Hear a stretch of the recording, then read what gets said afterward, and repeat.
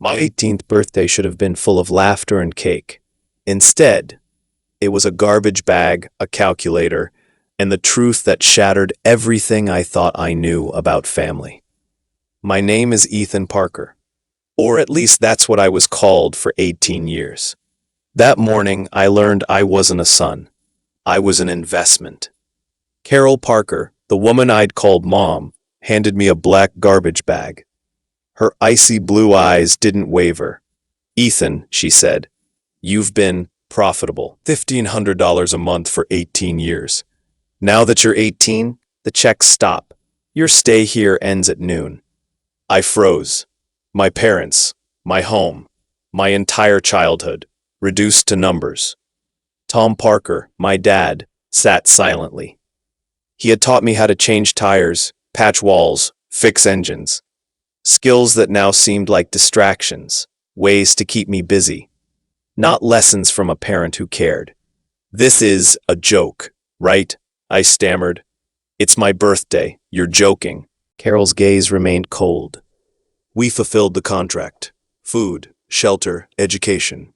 Your belongings are in the bag. You have until noon." Tom muttered something about giving me a few days.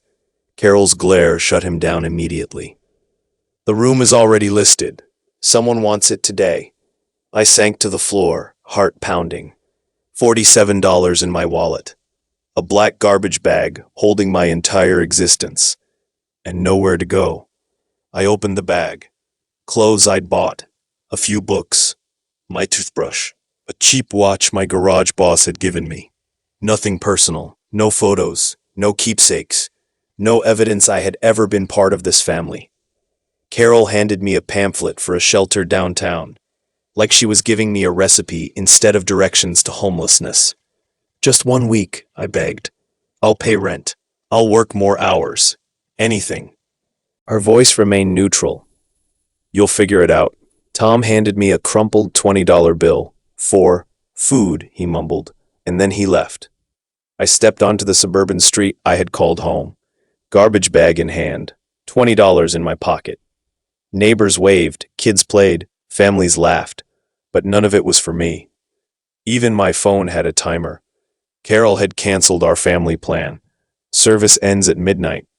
Every part of my life had been scheduled, budgeted, and now terminated. The walk to the shelter downtown took an hour. Each step felt heavier than the last, but I had no choice. Growing up with the Parkers had never been warm. Neutral walls, functional furniture, meals calculated for calories per dollar. Birthdays acknowledged but never celebrated. Holidays, logistical operations. Tom had taught me practical skills. Carol had kept meticulous records of every penny spent on me. I had learned to take care of myself, wash my clothes in the sink, cook simple meals, save money, but I had never learned love. School had been my escape. I was average at everything, invisible in the best way. Teachers liked me because I didn't cause trouble. Other kids tolerated me because I could fix their cars for cheap. Friends existed, but I never invited anyone home. Our house had always felt like a museum that I accidentally lived in. The shelter smelled faintly of disinfectant and hope. I learned quickly.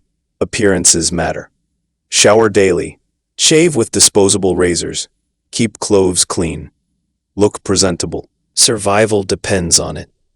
The first night, I lay awake, listening to strangers snoring, whispering, crying.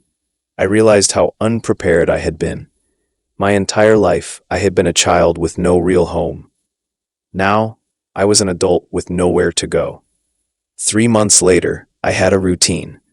I worked part-time at Jennings Auto Repair, saving every penny. I learned to navigate the city bus system, how to stretch $20 across meals and coffee, how to sleep on concrete steps outside the library without being noticed. The world was harsher than my parents had ever prepared me for.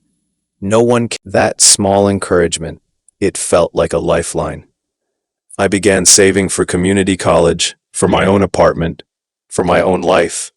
Even small victories, buying my first meal with my own money, choosing my own clothes, decorating my tiny room at the shelter, felt monumental. I was learning how to live for myself. Months later, I called Carol. Not to beg, not to demand, just to speak. Did you ever, even for a moment, think of me as your son? There was a pause, then cold as ever. I thought of you as my responsibility. We fulfilled it, completely. The line went dead. And I realized, some people are capable of raising a child for 18 years without ever truly seeing them. But that didn't have to define me anymore. By my second year at the shelter, I had learned more than I ever did in my home. I had friends who cared, mentors who believed in me, and a part-time job that allowed me to dream bigger. I enrolled in community college. I applied for scholarships. I learned that love doesn't always come from blood or contracts. It comes from connection, choice, and perseverance. I decorated my first apartment with posters, books, and personal items, walls that weren't neutral, but full of life and color. I was no longer invisible. I was seen. I was free. Looking back, I realized my 18 years with the Parkers weren't wasted. They taught me something far more important than compliance or rules. They taught me resilience. They taught me that even when the people who are supposed to love you don't, you can survive, you can grow, and you can build a life of your own. Family isn't always who raises you. Family can be who stands by you when the world turns its back. And love, real love, is never transactional. As I sit in my small apartment, surrounded by things I've chosen, I finally understand. Life isn't about the hand you're dealt. It's about how you play your cards, even when the deck is stacked against you. 18 years of my life, reduced to a number on a spreadsheet. But today, I'm more than a number. I'm Ethan Parker, and this is my story of survival, resilience, and finding family in unexpected places.